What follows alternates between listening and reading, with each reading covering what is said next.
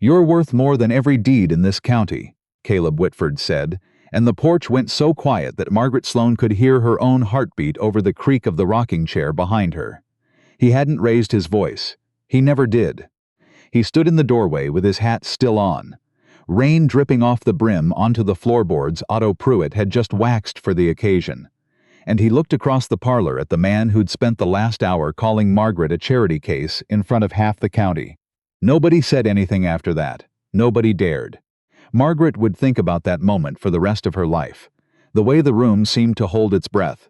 The way Caleb's jaw was set like he'd already decided something, and was simply waiting for the world to catch up. But that moment hadn't come from nowhere.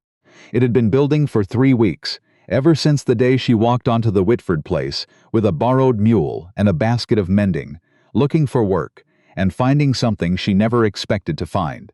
If you've made it this far into one of our stories before, you know how we do things around here: slow, honest, and worth the wait. Stay with Margaret and Caleb to the end, and drop a comment telling us where in the world you're watching from tonight. We read every single one. Margaret Sloane had buried her mother in March, and her last $20 by the end of April, and by the time the wildflowers came up along the Cedar Fork Road, she had nothing left to bury but her pride, and even that she was running low on. She was 26 years old, unmarried, with a sewing kit, a Bible that had belonged to her grandmother, and a reputation in Millbrook Junction for being the school teacher's daughter, who'd fallen on hard times after her father's death, left the family with more debts than anyone in town had realized. She'd tried teaching herself, filling in at the schoolhouse when old Mrs. Pratt's knees gave out, but the town council had a rule about unmarried women living alone, and a rule about not paying substitute teachers more than a token wage. And between the two rules, Margaret found herself with a roof that leaked and a larder that didn't. So when she heard that the Whitford Ranch needed someone to take in, mending, and help with the canning before harvest, she swallowed what was left of her pride, borrowed Widow Tanner's mule, and rode the 6 miles out past Sweetwater Creek to ask for work she didn't want to need. She found Caleb Whitford in the barn, up to his elbows in a horse's hoof, swearing softly at a stone bruise that wouldn't heal right. He was younger than she expected, maybe 30, with the kind of quiet that some men wear like armor, and others wear because they simply have nothing to prove. He didn't look up right away. When he finally did, he studied her for a long moment, her patched dress, her chapped hands, the careful way she held herself like a woman bracing for a refusal she'd already rehearsed, accepting gracefully. "You're Sloane's girl," he said, not a question. "Margaret," she said, "I heard you needed help with the mending and the canning before harvest. I'm a fast worker, and I don't ask for more than the work's worth." He set down the horse's hoof and wiped his hands on a rag hanging from his belt. "Pays $1 a week and meals while you're here. Can't promise more than that until after the cattle sell." It was less than she'd hoped and more than she'd expected, and she said yes before he finished the sentence. What Margaret didn't know that first day, what she wouldn't learn for almost 2 weeks, was that the Whitford Ranch wasn't simply struggling the way every ranch struggled after a hard winter. It was being squeezed, slowly and deliberately, by a man named Harlan Vance, who owned the bank in Millbrook Junction and most of the land around it, and who had been trying to buy the Whitford bottomland along Sweetwater Creek for almost 3 years. Caleb wouldn't sell. The creek water was the only thing that kept his herd alive through August, and everyone in the county knew it, which was exactly why Vance wanted it so badly.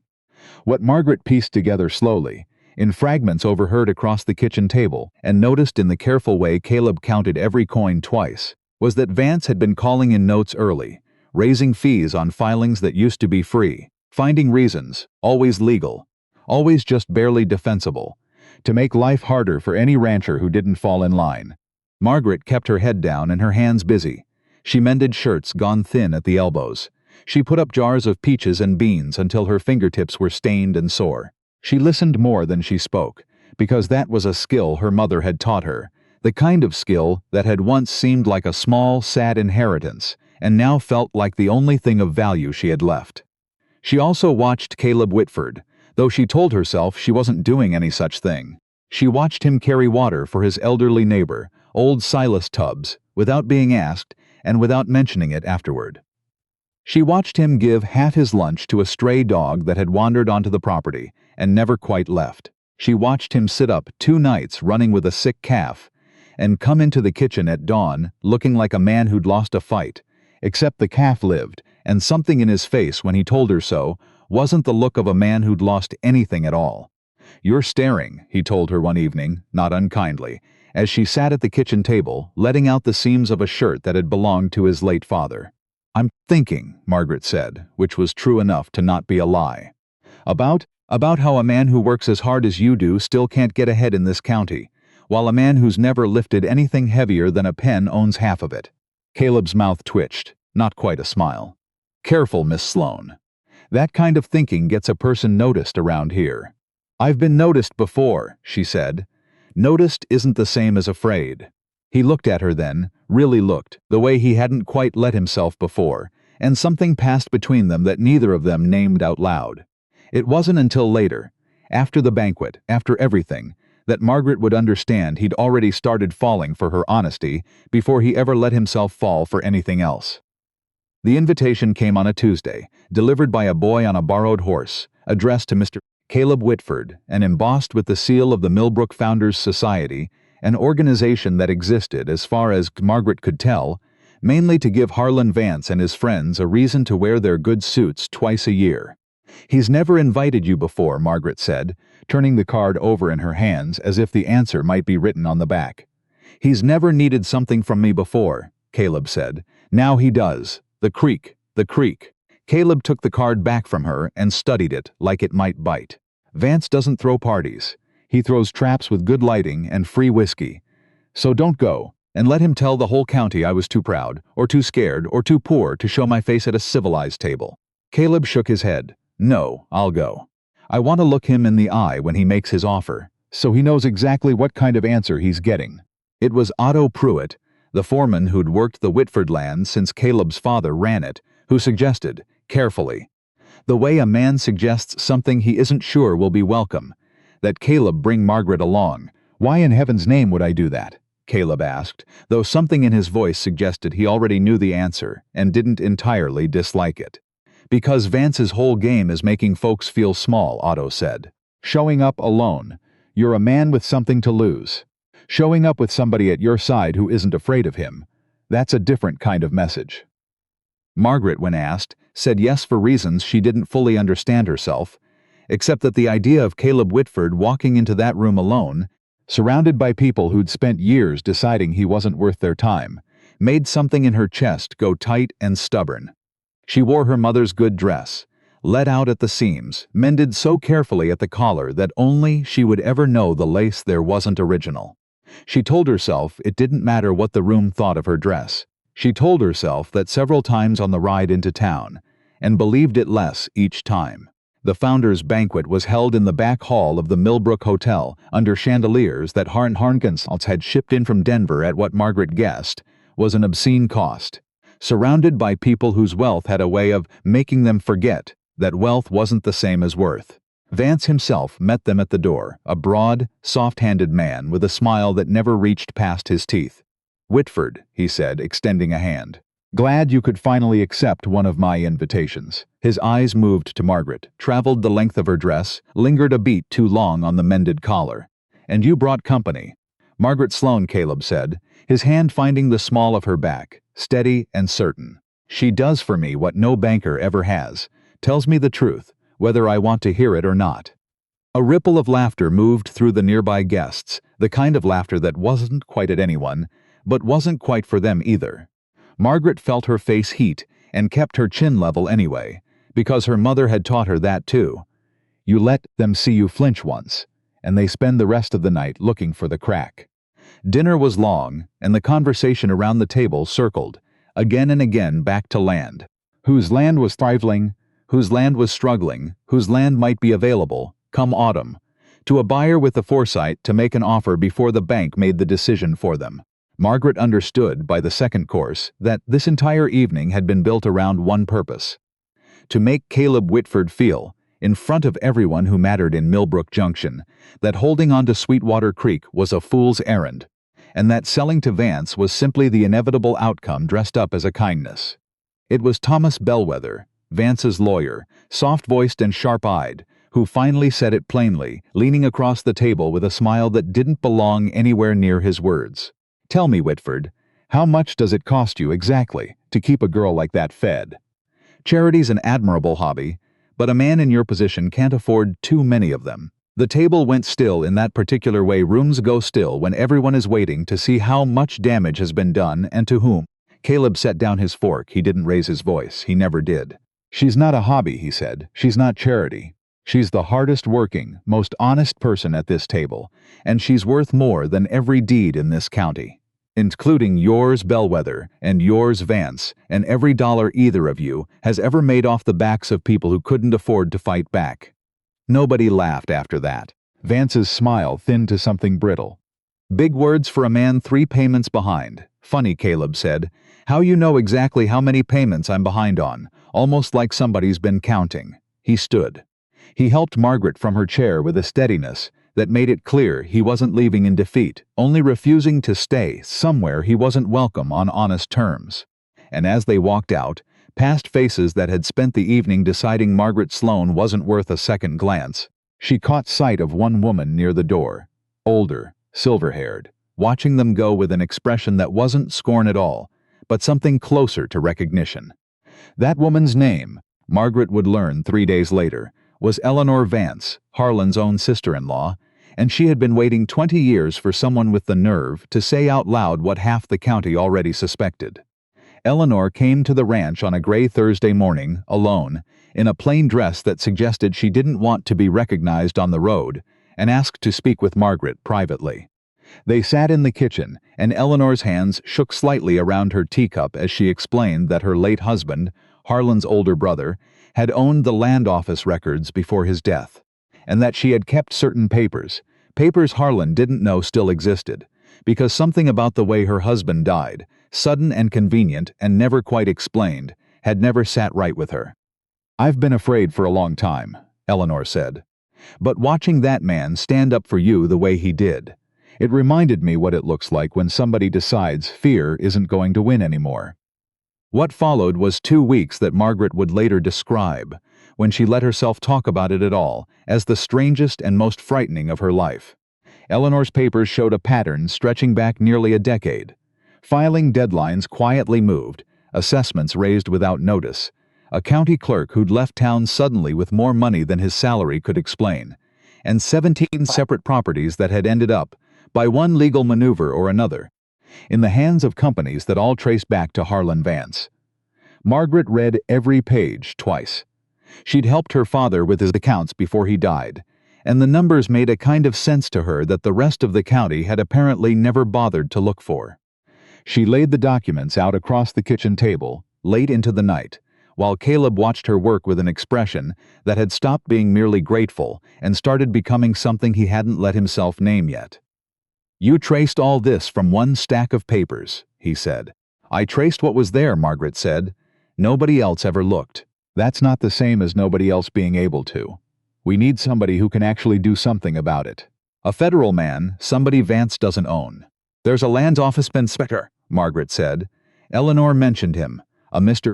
Augustus Reed, out of the territorial capital. "He has a reputation for being the one man in this part of the country who can't be bought, bullied, or charmed. He's due to pass through 3 counties over within the month. That's a 4-day ride, and Vance will know the moment anyone leaves town to fetch him." "Then we don't fetch him," Margaret said. "We bring his attention here, before he ever leaves the capital. In a way, Vance can't trace back to us until it's already done." It was Margaret's idea, in the end, to write not to the inspector directly, but to the territorial newspaper that the inspector's office was known to read closely, a careful, factual letter, signed not with her name, but with the names of 3 families Vance had already ruined, families who had nothing left to lose by being named. Caleb thought it was reckless. Otto Pruitt thought it was brilliant. Eleanor, when she heard the plan, simply nodded slowly and said it was exactly the kind of thing her husband would have done if he'd lived long enough to find his nerve. Vance found out, of course, not the details, but enough to know something was moving against him, and a man who has spent a decade manufacturing other people's ruin does not wait calmly to discover what's coming for his own. He sent his foreman, a broad-shouldered man named Cyrus Hale, to the Whitford Ranch with an offer that wasn't really an offer at all. Sell the creek land within the week, at half its worth, or watch the bank call every note Caleb had ever signed, all at once, with no grace period and no mercy. "You'd ruin a man over a creek," Caleb said. "I'd ruin a man over a principle," Hale said, "which is that Mr. Vance doesn't lose, ever. You'd do well to remember that before this gets worse for everybody standing on this porch, including the girl." Something in Caleb went very still and very cold when Hale's eyes moved to Margaret. He didn't raise his voice. He never did. But he stepped between them in a way that needed no further explanation and told Cyrus Hale to get off his land before he forgot his manners entirely.